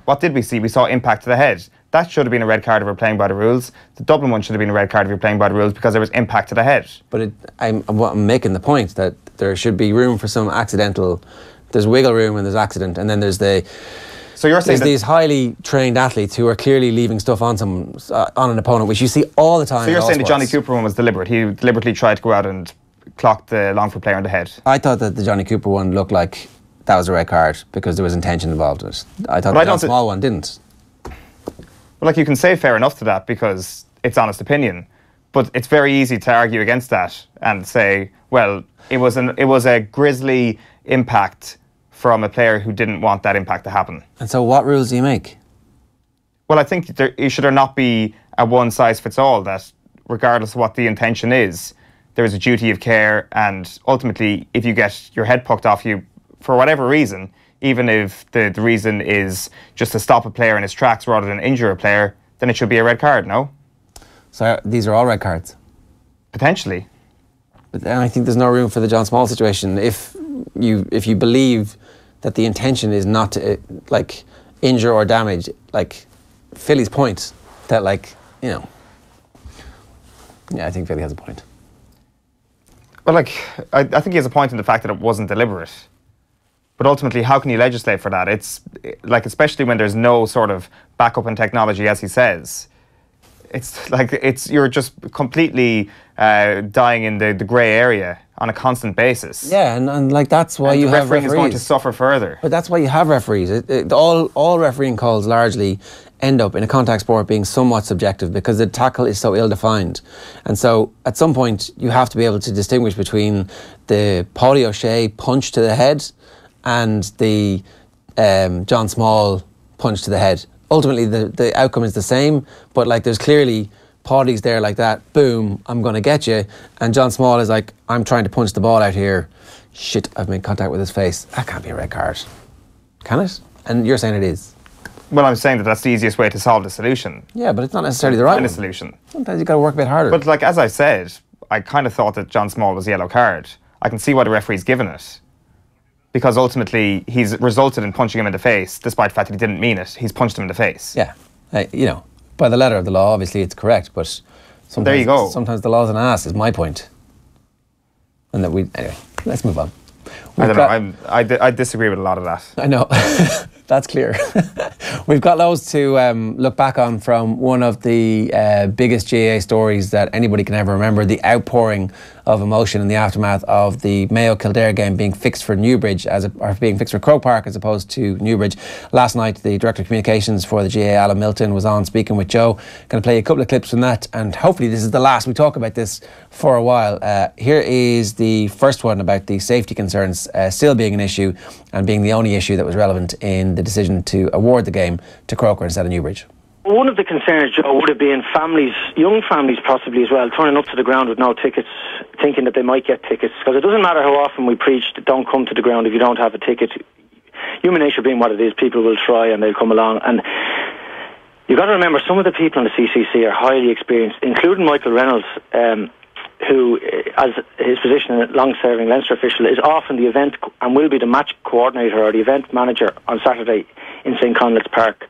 So nobody, or very few people, would know the venue as well as he does. So this wasn't done for any other reason other than health and safety. And I know there was lots of theories around, and I heard some of them thrown around which were hard to comprehend. It was done for no other reason other than health and safety is not just about what happens in the ground. So, for example, if we get a really bad belt of weather in Croke Park in the winter, the guards will advise us if the roads or paths around Croke Park or the lead-up roads to the facility are treacherous, that you need to consider whether this match is worth proceeding with. So there's a whole set of circumstances that don't just involve inside the stadium. And that pretty much led to the decision being taken, that was taken. So here's a bit more of the exchange last night between Alan Milton and Joe Malloy on Off the Ball. I think the reason this thing blew up, Newbridge or nowhere, the reason this whole thing caught the imagination of people is there was a perceived arrogance on the GAA's part. There was a sense of, you'll do what you're told. The rule book says you have home venue, but you're doing what you're told, even despite what our own rule book says. They wouldn't put a fixture in a ground when they hadn't got a match plan that they think was capable of hosting the large influx of people into Newbridge. But the Gardaí said they could handle it that morning. But we'd no evidence of that. Any difference in this approach than it would get to hold a normal fixture at St. Conleth's, and this is not a normal fixture. Yeah, but would the onus not be on you to have a quick chat with the Gardaí when they've given Kildare the thumbs up that morning? Well, I think Kildare, as the host county, should have facilitated that conversation, and it didn't happen for whatever reason. But, I think, Joe, to be perfectly fair, I don't think that's right. As you see it, as the nub of the matter. Yeah, well, I think it is the nub of the matter in a way, though, because it's how you conduct business, really. So, I mean, but we've dwelled on it and we've over the back, and we're obviously not going to agree on it. So, but just respectfully suggest we might move on to another aspect. Okay, I do. Let's just explain it to me, because I'm still not fully understanding it. Well, I've explained it, Joe, so I'm not going to repeat myself. So there you go. That full conversation, well worth a listen, from the news round last night on Off the Ball. You can subscribe to those podcasts, of course, on offtheball.com, and you can subscribe to all our good stuff as well on youtube.com/offtheball. I should, of course, mention that OTBAM is live this morning with screwfix.ie, championing the trade with a choice of over 20,000 quality trade products. The weather outside is pretty hot. I went up to the balcony on the 5th floor here to have a cup of coffee and feel the heat, and then you come down here and they've got the air conditioning fixed, and that's why I'm sitting with a jumper on, and I'm a little bit chilly. It's a fridge. I'm not sure if you've ever worked in the hospitality industry, but it's like go in there and get a few cartons of milk. It's like, I'd rather stay in here all day, actually. Except for when you were doing whatever, an hour and a half of this, and by the end it's like, is my nose starting to turn blue? Yeah, the hay fever is actually turning into flu because of the freezing nature of this. So we had a relatively big response to some of the stuff that we've been talking about on the show this morning, and I don't know. I think most people aren't that displeased that Germany are out, and yet it's a constant debate. How many good teams do you want to go out before you kind of suddenly start going, ooh, Brazil are going to win this, beating nobody of any import across the course of the tournament? Yeah, Sweden-Switzerland is a crap last 16 match. That's really disappointing. I'm not overly looking forward to Croatia-Denmark as well, but you know, like, I mean, who else were we going to get there? Peru instead of Denmark, maybe Croatia, or we're always going to be a last 16 team. But yeah, like Sweden against Switzerland is definitely the one where you're like, that could have been a tiny bit better. But that's really the only one.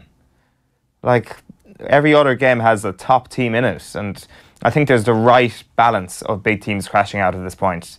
There's only one of them, really. It could have been Argentina and Germany. Though, Well, everybody, all the big teams are now going to make it, because you couldn't really constitute Poland to be a big team. They're already doomed from Group H. Tunisia and Panama, obviously not big teams. And then one from Japan, Senegal and Colombia crashing out. If Colombia crash out, you can maybe argue that that's not a good thing for the tournament. But it probably won't happen. I think they will qualify tonight. So I think at this juncture, it's fine. And upsets are great at this point, because you don't have to watch a whole pile of football sans a big team. So, you know, upsets galore from here on out, as far as I'm concerned. We've got enough of the big teams through. The point that John was making earlier on about the draw effectively favouring Belgium, England, Brazil at this point to reach semi-finals. Is that right? To reach semi-finals, yeah. If they're closer. They finish second, yeah. So, just to put you on the spot here. Yeah, I have him here. As the host of our World Cup Daily Show. So if you're a Group G winner, your round of 16 game will be against whoever finishes second in that weird Group H. Then your quarterfinal is going to be against Mexico. Then your semi-final is going to be against Uruguay, Portugal, France or Argentina. Start again, sorry. Your quarterfinal will be against Brazil if you top England's group. And your semi-final will be against Uruguay, Portugal, France or Argentina. If you top, or if you come second in that group, again, you'll play at the top of that weird Group H. But then your quarterfinal will be against the winner of that Sweden-Switzerland match. And your semi-final will be Spain, Russia, Croatia or Denmark. Okay, so you're going to play Senegal, Croatia. Senegal, Switzerland. Croatia. And Croatia or Spain. And then the other way, it's going to be whatever, Colombia as a winner. Colombia, Brazil, France, Argentina. France or Argentina. Like, that's way tougher. To top the group is way tougher. Like, they did it up, and the cumulative FIFA rankings for being a Group G winner of all the potential teams is 151, and the cumulative FIFA rankings for all the potential teams you can finish as runner-up of Group G is 246. So it's a huge difference. It's a huge difference. So there won't be too many tears shed in Croydon tonight if England end up losing. But ultimately, if they win, there could be tears of happiness shed. Like, football will be. Can I just make the counter argument to the momentum is a really important piece that John was saying earlier on? Tony Cruz scores one of the most amazing last minute momentum shifting things that a team has ever experienced, and then they go out and shit the bed 3 days later. Momentum's not real. It is real though. There's literally a scientific formula for momentum, so it's most definitely real. I mean, in the physical world, it is real. In this emotional, made-up world of sport, it's not real. It's just a thing that people talk about because they can't understand. Inexplicable stuff happens in sport, and that's why we watch it, and we tag it momentum or intangibles, and we go, well, it's just the intangible. That's just momentum. Can't stop momentum. Or maybe the momentum was going against Germany, and this weird intangible thing happened where Tony Kroos scores an amazing goal, and they never had momentum on their side. So when you say the momentum was going against them, it's like, yes, their systems and structures didn't work. There's a clear pattern of bad performances and behaviour over a long period of time. They calcified around their own arrogance, and so that's not actually momentum. But if you did believe in momentum, a last minute winner from a defending world champion to keep them alive, to go and play the shittest team in the group who are already out, that would be a momentum shifter, right? That's the very definition of it, but it didn't work. Like, there were exceptions to many rules, and I'm not even sure if that is an exception to the rule, because I'm not sure was that a momentum shifter if you do believe in momentum, which I do. Okay. This is kind of like a very theological argument. It's about whether or not you believe in God. Do you believe in momentum? You know. No and no. Come to Momentum Church at the weekend. England against Belgium, both teams to score is the enhanced price of 2-1. It's an off the ball users exclusive. Check out offtheball.com/boilsports and they will match a bet up to 50 quid for new users. More of that goodness coming your way on the World Cup Daily Show around about 12:30 today. Now we have a special feature interview with Australian former Wallaby legend Michael Lynagh, speaking with Joe about his experience of suffering a stroke and a whole lot more. You can watch that full interview back on offtheball.com/YouTube or wherever you get your podcasts. I guess the straw that broke the camel's back was at dinner that night in Brisbane. 6:30 I met with about 6 or 7 friends from school. Yeah. Monday evening, just having I had 2 light beers. I was on my second light beer. We'd had a steak and somebody was telling a joke and I took a sip of beer and as the punchline came out I started to laugh and it went down the wrong way, like all of us have done. Yeah. But it was quite violent, just coughing and spluttering, and then I sort of... Everybody's pretty laughing at you. Yeah. You're all right, hitting me on the back and stuff, and then I couldn't see, and I just thought it was a lack of oxygen, so trying to get myself right, and then this huge, then it was like almost simultaneously, a huge pain in the back right of my head, and I remember quite clearly one of the, you're sitting with old rugby mates from school or something, you all right? And I said, no, I don't know. Right. Give me a moment. And then they said, sometimes somebody would say, toughen up, have another beer and I'll drop you home. But the guy beside me said, can we call you an ambulance? Was he a doctor? He was a physio. There was a doctor at the table. He'd just left. About 15 minutes beforehand he'd left. But this guy, Tony, was a physio and ex-prop at school in the firsts. And he said, do you want me to call an ambulance? And I said yes, because I didn't know what was going on. And they arrived very quickly. And anyway, the first, I was in intensive care. And are you, because again, my ignorance here is quite, don't underestimate it. No, okay. Are you unconscious then on the way to hospital? No, I was okay. I knew what was going on. Well, okay, I wasn't okay, but I knew what was going on. I couldn't see and had this... What's that? That's a terrifying thing. It is, because you lose your sight like that, but it was that the pain in my head was quite substantial. Yeah, more of that goodness available for download on podcasts wherever you get them, or of course on youtube.com/offtheball. Now, I want to tell you about a very special thing that's happening tomorrow. Kenny Cunningham are going to be in studio together. Richard Cooper of Après Match fame will be on Off the Ball AM alongside yourself and Adrian and Kenny Cunningham. And maybe a bit of Toblerone as well, who knows? At the same time? At the very same time. I'm greatly looking forward to this. It's like Kenny looking in the mirror is going to be a good experience. Does he do the head thing? I hope so. Oh I sure hope so. That would be amazing. It'll be pointless otherwise. Yeah, okay. So that's going to happen from 7:45 a.m. tomorrow. Tonight, John Giles is on with Nathan from 7 o'clock. Big games to look at this evening and to keep an eye on today in the World Cup. And we're hurtling towards the round of last 16, which kicks off on Saturday. Johnny Ward's going to be in studio. Giles is reacting to England against Belgium. Dan McDonald will be in Russia on the Trans-Siberian Express with his details of his train journey to catch up with Kev and then get the train all the way back again to Moscow. Well, Kev was flying, I guess, in business class from BBC on the British taxpayers' dime.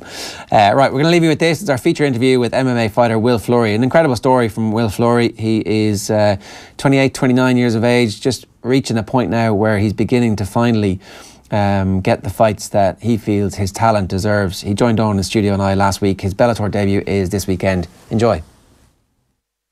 To MMA, and I'm delighted to say we've got Will Fleury with us ahead of his fight in July in Rome in Bellator, which is obviously the big step up. You've fought, you've got a perfect 4-0 record at the moment, but Bellator is a step up from where you've been fighting so far. Yeah, slightly. Look, I fought with the UFC down in South Africa and with Brave and Jordan. They were both pretty big shows. The UFC try and model their production on the UFC, so they're a big outfit production-wise. They probably don't have the same publicity or the same kind of scope and reach as Bellator would. But yeah, look, it's definitely a step up. It's a step up pay-wise, it's a step up promotion-wise. But look, it's just a fight at the end of the day. How does this happen? How do you go from fighting on those competing promotions to get to? Because I think the hierarchy really is UFC at the top, and then Bellator is the second biggest. Yeah, they're definitely number 2, all right. Yeah. Look, it's kind of, there's no set route to get anywhere in this sport. A lot of it is being extremely kind of popular to begin with. That's a massive help in your career. It's going to mean that you don't have to be anywhere near as skillful. Shots fired. But like, it's the case, like, you know, it's celebrity v skill factor. Yeah, that must be a pain in the hole for a fighter. Oh, yeah, like, it can be incredibly disheartening when you see a guy who's nowhere near the skill level that you have getting opportunities ahead of you just because he's got a celebrity profile. But that's the nature of the game, and this is a promotion-based business, so become famous, you know. When does that penny drop at you? What stage in your career? Like, how soon, how recently is it that you're going, okay, I've got to change this now, it's not going to be just good enough to be a dedicated professional and be a fighter, I need to be a showman? When you've realised that you're a pretty good fighter and that you're not getting the fights and you're not getting paid as much as guys who don't have anywhere near the skill level you have. Yeah. It hits home pretty quickly at that point in time. Like, so in the last 18 months you've kind of had a change. Is it that recent? Is it? I think it's something you're like, it's changed even since I've been fighting, but it's become a bit more apparent, I suppose, because of the fact that I consider myself very good. I'm undefeated at both pro and amateur. I've put on impressive performances ever I've went, and I'm delighted to get this opportunity. It's a huge opportunity, but it wasn't like it just came to me. Yeah. I had to really work go for it. Yeah. Big time. What kind of things are you doing to get that opportunity then, other than working on your game, other than being an excellent fighter? What are you doing outside of the octagon? Look, you're trying to promote yourself on social media as much as possible, but like, I've tried to kind of, you know, I don't really do anything promotionally that obscure. Like, I'm me and I'm proud of who I am, and I just promote myself as Will Fleury. Like, I think I don't really have that big a platform to put myself out there yet. Things like this hopefully will help, but like, it's pretty much just be yourself. Like, from my point of view, I just be me and I let that do the work. And I think I'm a pretty impressive person, and I think I'm like somebody people would buy into if they knew what I was. But look, you see guys doing all sorts of mad shit, like, and it's, yeah. It has to be authentic. Well, there's two ways, right? You don't have to be, though. Look, there's loads of guys who aren't, and they seem to get a big enough following, and, you know, it does seem to work for certain people, but I choose to be, I suppose. Yeah, well, that's fair enough. Let's do a bit of digging then. So it's late in the traditional narrative for somebody who's 4-0 to be getting their step up. You're 29. I guess that's the point I'm making here. Yeah. Is that you're not somebody who at 16 got into this, and you're not a 21-year-old, you know. So why so late getting into the game? What happened? So I was 21 when I started sport, and I played rugby for about 12 years beforehand. I broke my foot in a sevens game in New York, and when I came back I was told the best thing I could do was boxing footwork. I went down to, like, I worked with a certain physio and he had a boxing gym, and he told me the best thing I could do was boxing footwork, but it was, and the arches of my foot healed up properly, and then they had a cage in the gym as well. Where was this? That was the MMA clinic in Cork. In Cork, okay. Yeah. And what were you doing? What was your day job at that point? I was a student at that point. I'd gone back, so I had lived, like, I'd done 2 years in a course international development, and then I went to New York on a J1 that summer, and I got offered a job by a guy to be a quantity surveyor after I'd broken the foot, and I went back to do surveying then as a course because it seemed like a pretty stable career. Just as the peak of the boom around then? That would have been 2010, no, so things were already on the downturn in Ireland. Yeah. But New York, like, he would offer me a job in America, so I'd go there. Then I went back, had broken the foot by the time I even got back, and before I'd even started college for that. And then pretty much, got obsessed with MMA at that point, like, did a little bit of the boxing footwork stuff, realised, like, this is kind of a technique-based thing more than anything. And just always felt like, look, if it's a resilience-based exercise, I'll be extremely good at this. And fighting is the type of thing that's pretty much relies on being a fairly strong character and fairly kind of confident in your own ability to overcome things. So you're 22, 23 getting into the sport properly and kind of finding that you have a love for it? 21, pretty much. Right. Once I was in deep fairly quickly. I was still playing the odd bit of rugby because I was getting a few quid to play games. So you must have been playing decent level of rugby? Decent, like I played like underage with Con and Clanwilliam and a couple of other teams, and then Clanwilliam were throwing me a few quid to play games the odd time, but like I wasn't on the verge of professionalism or anything. Like, so, you know. So you're doing QS and you get in deep into MMA. Do you keep studying at that stage, or are you like? Oh yeah. I finished out the degree. All right. So and the offer is still there to go to the States, and you're like weighing that up. I had a girlfriend at the time who I'd been going out with for about 5 or 6 years at that stage, and she had applied for the visa as well and didn't get it. No, sorry, she hadn't fully applied, but basically I thought I might be able to get her in on a sponsorship program as well. It didn't work out that way, so we both decided to go to London because we could both get work over there. So I moved to London with her. And we all know how the story ends, don't worry about it.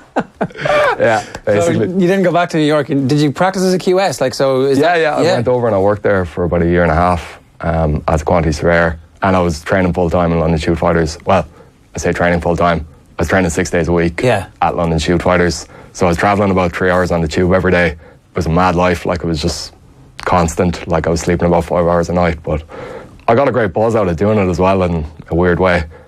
And I've all, like, at that point, even before I'd finished college, I was like, look, eventually I'm going to be at the level where I can make a career out of this. Like, so you're still pretty young though, like at that stage, like 23, 24, kind of. I was 25 when I finished the degree. So yeah, I was, but it was like, I had a lot of pullouts. I had a lot of guys who just didn't show up to fights. And at amateur level at that stage still? Yeah, even then, yeah. How many amateur fights did you have? 7 overall, but that was over the space of, 4 years? Right. So it's not many, like, really, like, considering how long I was doing it. Yeah. Is that normal? Is it notoriously hard to get fights at amateur level? Not necessarily. It kind of depends who you are. It seems better these days. It seems like there is more guys involved and there's a better attitude towards it.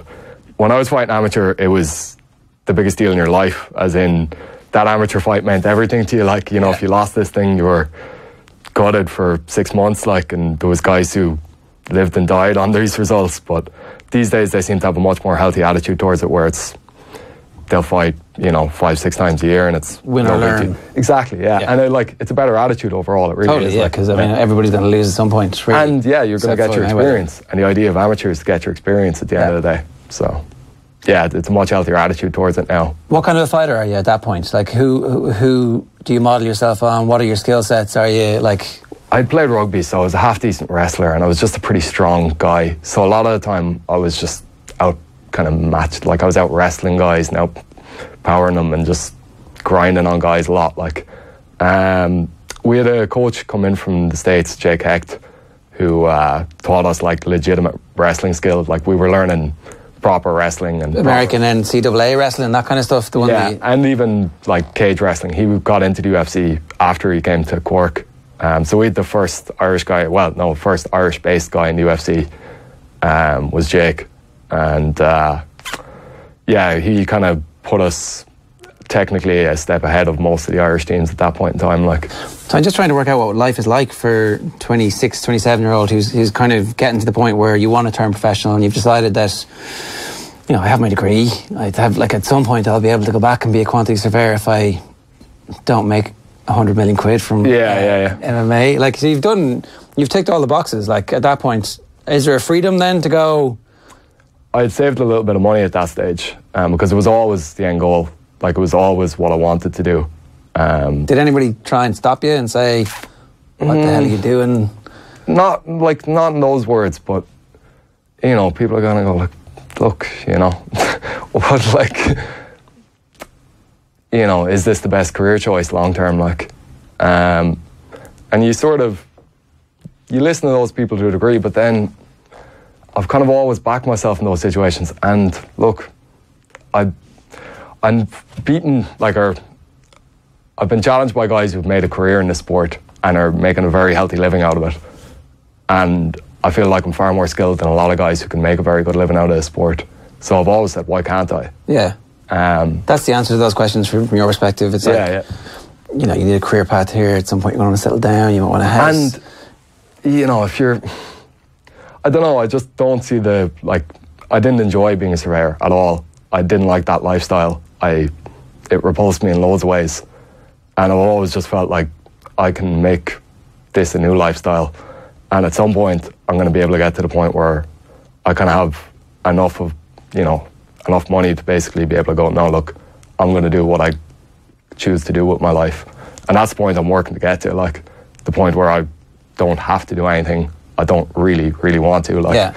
And I love martial arts. I love, being involved in the martial arts scene and everything. Like, can you achieve that through MMA? Like, it's so. Yeah. Like, say when you finish fighting, if like you'll still have to work, probably more than likely. I don't think so. No, I think I'm pretty damn good. Right. Okay.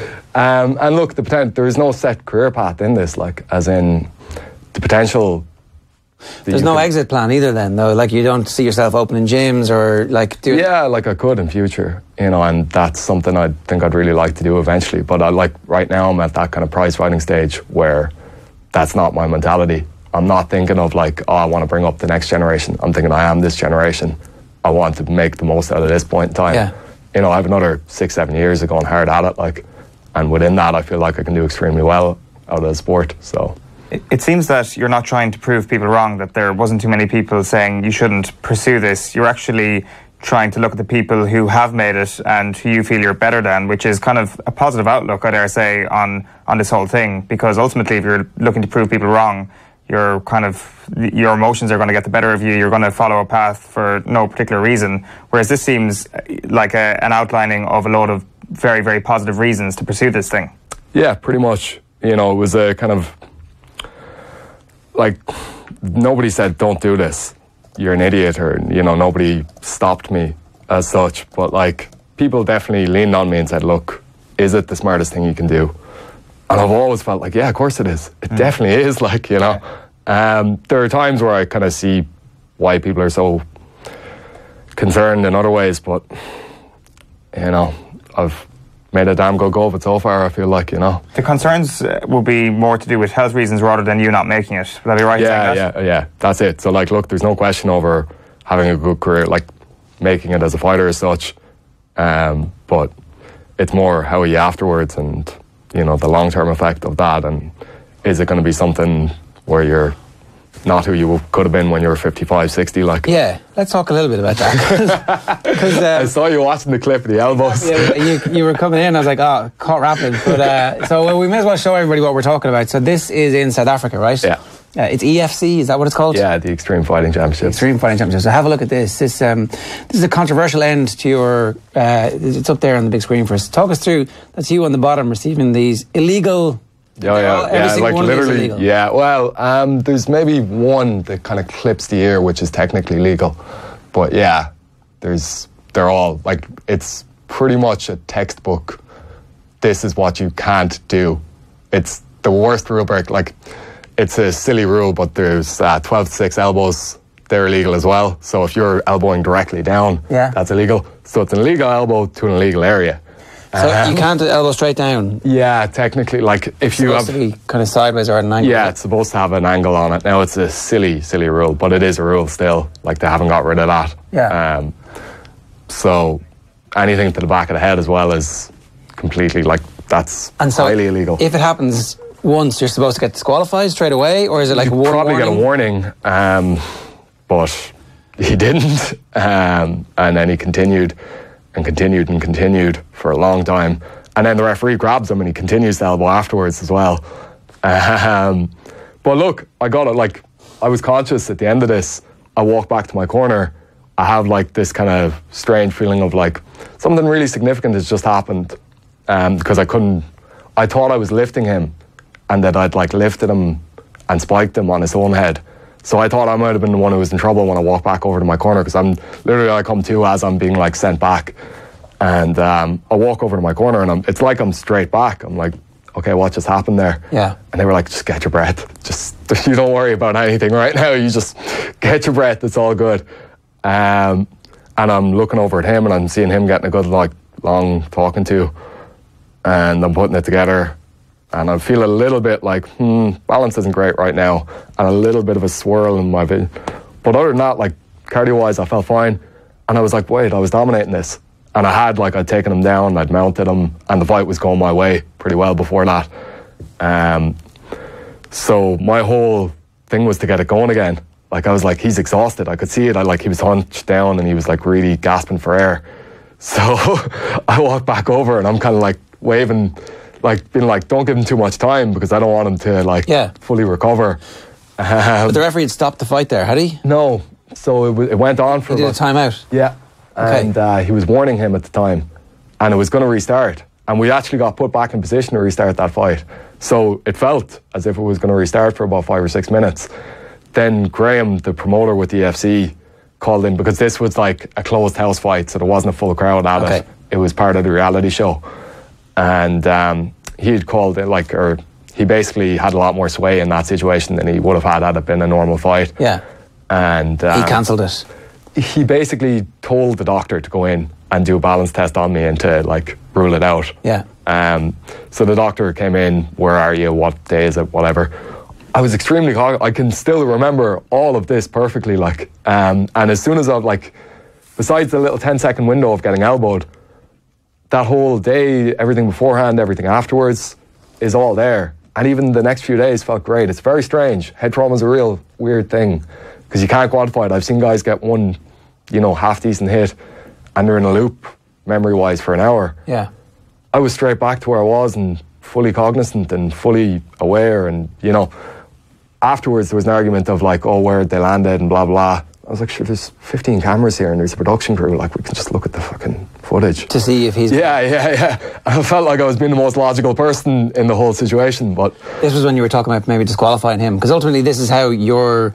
So just to explain what EFC is, that was a reality TV series that if you win, you end up getting catapulted kind of up the rankings globally, effectively. Well, yeah, so the UFC are a promotion, but they had, this was their first time doing a reality series based off of, The Ultimate Fighter, which is UFC reality series. Yeah. And the idea was, it was a pretty sweet deal.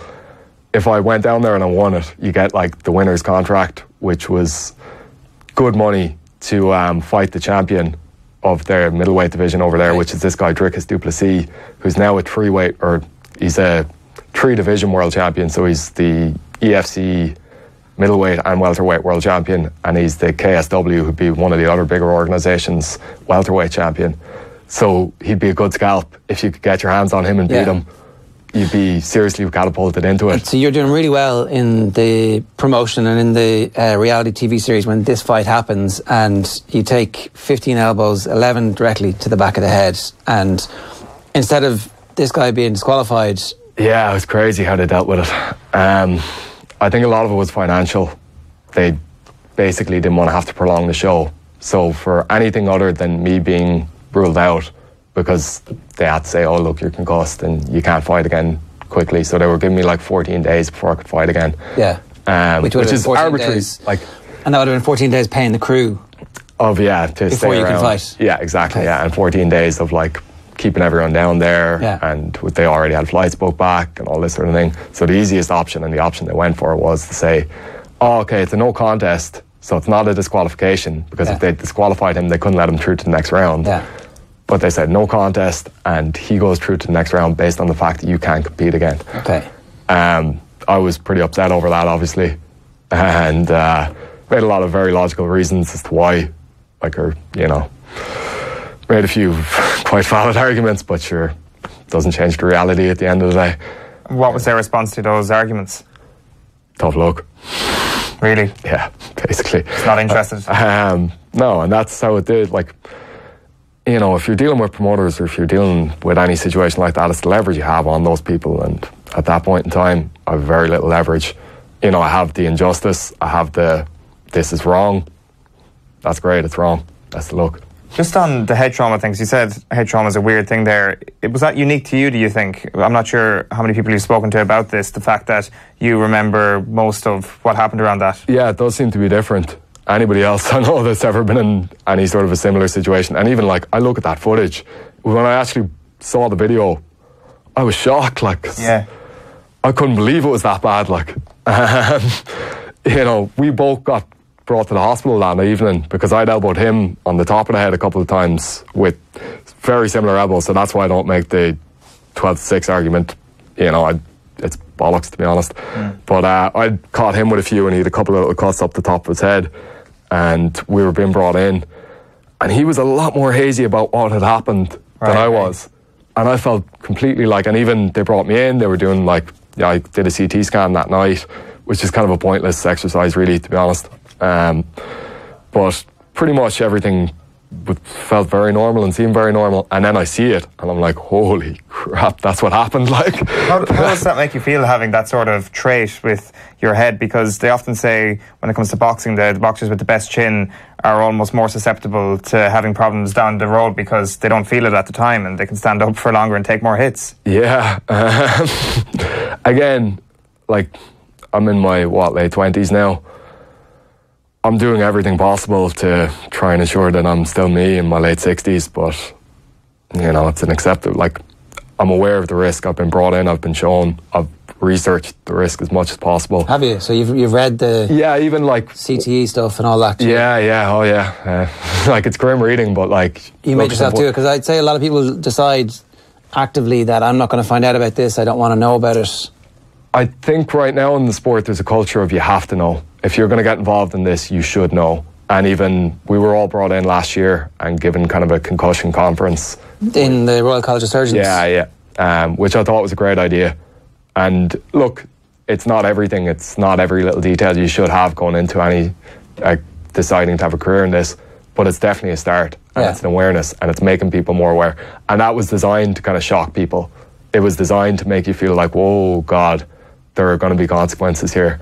And that's a great thing. I think we should be put in that position where it's like you're aware, if you choose this as a career, there's possibly some serious consequences from it. Yeah, I think, look, so we've covered the concussion story for the last decade. Yeah, really. I've heard a lot of your stuff on it. Like, and it's interesting. Like, the only thing I see is, like, it's still very, very early in the research stages, like, and why some people seem to be able to take ridiculous head trauma for, fairly sustained periods of time, and some guys header a ball, a couple of hundred times through their career and seem to get dementia. Yeah. It's still very poorly understood.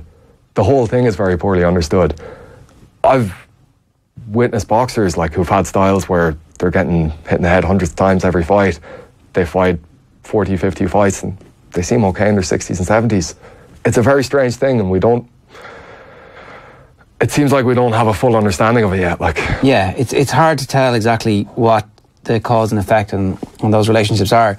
The thing that stands out for me in all the stuff that we've done was Chris Nowinski, who was Professor Harvard in the WWE, whatever his name was, Dr. Harvard, whatever his character's name was.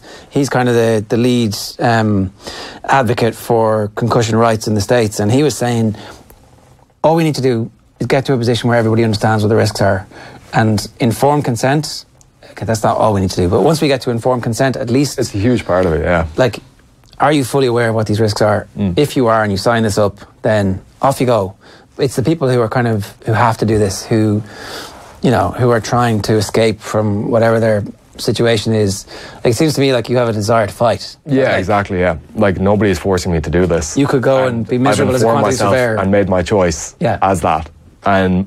And to be honest, I don't think anybody is forced to fight. Like, most of the guys I know in MMA, they could pursue other things in life.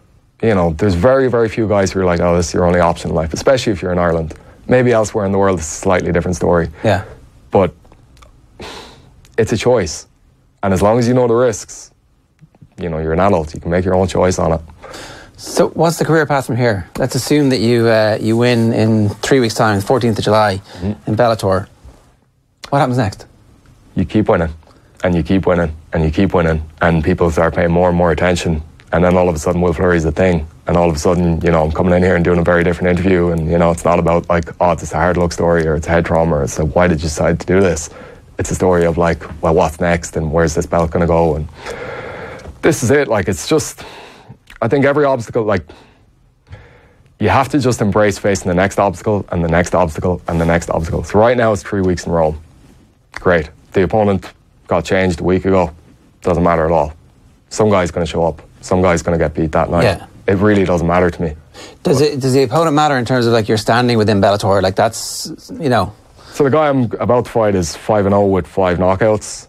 I think knocking him out would look very good. So yeah, it should, but it really doesn't as much as you'd think. like it should make more of a difference if you've beaten legit guys. It's more about your ability to draw a crowd and talk the game. That seems to be the way it's going at the moment. To look good on Instagram. Yeah, exactly. Yeah. And that's what the sport is. A lot of it, like, in a lot of ways, there is a huge, like, look, there are a massive amount of incredibly skilled athletes out there who will hopefully get to the top of this. But right now, this is the thing, when you go to the top levels of the UFC, all these guys are legit fighters. What we're seeing though in the UK scene and in Ireland at the moment is kind of, well, not necessarily just in Ireland, everywhere in Europe or the world even, at lower level, is kind of this celebrity being pushed above skill level. You know, it's frustrating. I'm sure it is. A couple of quick things. So you're 3 weeks out. Today is what, the 20th, and the fight's on the 14th. So 10 days this month and 2 weeks. Where are you with regards to the weight? What's that process like for you? Yeah, so I'd cut a decent amount of weight. Like right now, I'm about 91 kilos, and I'll have to weigh 84 on the 13th of July. That's very easy for me to do, you see. Like I say, very easy. It's uncomfortable. I was going to say, yeah. But that's not a difficult process. Like, I'm not concerned at all about the fact that I'll make the weight. How do you do it?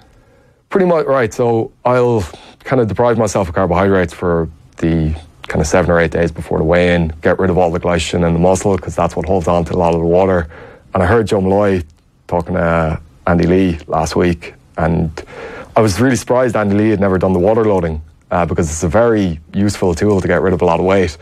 That Saturday, say if I'm weighing in on a Friday, I'll start drinking kind of between 8 and 10 litres of water a day to make my body flush more water. The idea is like you produce more vasopressin, I think it is, and you decrease aldosterone. I think. I might be completely wrong on that. But basically the hormones that control your hydration levels are telling your body, get rid of all the water you can, because there's a ton coming in every day. So after 4 or 5 days of that, you just gradually decrease the water. You do 4 on your last day. So say if I'm weighing in on the Friday morning, Thursday before 12 o'clock, I'll drink 4 litres and then 0. So the idea is your body's flushing, getting rid of any possible water it can get rid of. And I'm also carbohydrate depleted, so my muscles have no glycogen, so they don't hold on to any water, and everything comes out. And you wait, like, I've done 91 to 84 without even getting in a sauna a few times. Right. Now, recently I've had to get in the sauna a few times and do like a little bit of heat to get the body to sweat. Yeah. But I've never struggled in any significant way to make the weight, or, you know, it's never been a huge issue for me. And so it doesn't distract you from all the other stuff that's going on? It takes up a lot of your mental energy, and I have to diet and I have to be super disciplined about it, and it is like the fight before the fight. You know, it takes your focus, and it becomes a thing. It is like, I'm going to do this, I'm going to make the weight, it's going to be something I'll do easily. I'm a professional about it. You know, I follow a plan, I pretty rigidly stick to that. At times the results of what I've done have varied, as in like I've done the same thing, but it might be a slightly different result, which always kind of intrigues me a little bit. I'm like, why was that different this time? Yeah. But yeah, like the making the weight is kind of a like fun little thing to do before the fight. It just kind of enforces that, like, oh, you're this disciplined guy who can do this, into your brain, like. Do you have any access to the Institute of Sport and that kind of their dietitians? Is that something you'd be interested in? Is it like, because you know, I don't at the moment, but like, and the sport isn't properly recognised yet, obviously. Yeah. And there's that whole controversy, which we won't get into today. But like, you would then have access to some of those dietitians who might be able to help along the way, who have some experience, obviously, with the elite Olympic boxers and that kind of stuff. I don't know if that's of any interest or of any use down the road. It would be great. It would be great to have that, and it would be great to have the country recognise, like, oh, you're a legitimate athlete and this is sport, you know? Yeah. But hopefully it'll come. It's coming, I feel like, day by day. It's hard. Yeah, I mean, I think the general public actually fully understands that you live your life as a professional athlete, and I mean, that's kind of an automatic side effect of the McGregor phenomenon, really, is that, like, people respect the athleticism of it and the craft. I think they're beginning to. I hope so. I still see a lot of stuff, like, and I think in general in the mainstream media there's kind of like a distrust of what MMA is, if you know what I mean. And there's just this kind of. See, I think the scenes of you. It's crazy. And like, I hate the fact that a promoter can do that to me. It's wrong, and in a way, it like the exact same thing can happen in any combat sport. It's not just exclusive to MMA, this sort of thing. You see boxers all the time who get done in by promoters. I don't know if there's a way to fix it. It's kind of the nature of the beast in a way. Yeah. But that sort of thing isn't indicative of an MMA gym, which is basically a community centre more than anything else. Like, as in, I think the level of misinformation out there about what MMA is in this country is ridiculous, like, to the average person. Because all of these people calling for MMA to be banned, I'd love for them to just one step into an MMA gym and see what it actually is. You know, it's teenage girls learning jiu-jitsu, learning how to defend themselves. Some 40-year-old guy hitting a bag, trying to get rid of the day's stresses. Like, prize fighters are like 5% of the members of an MMA gym. Or less even, yeah. Yeah, maybe even less in certain places. Like, and it's basically just a big community centre of people who are doing something that's not quite a team sport or not quite in anything, but like, they're learning, they're progressing, they're kind of getting a bit more confident in general, and it's an extremely positive thing. And even like, you know, not to get too artsy-fartsy about it, but my whole journey in fighting has basically been like, what can you do?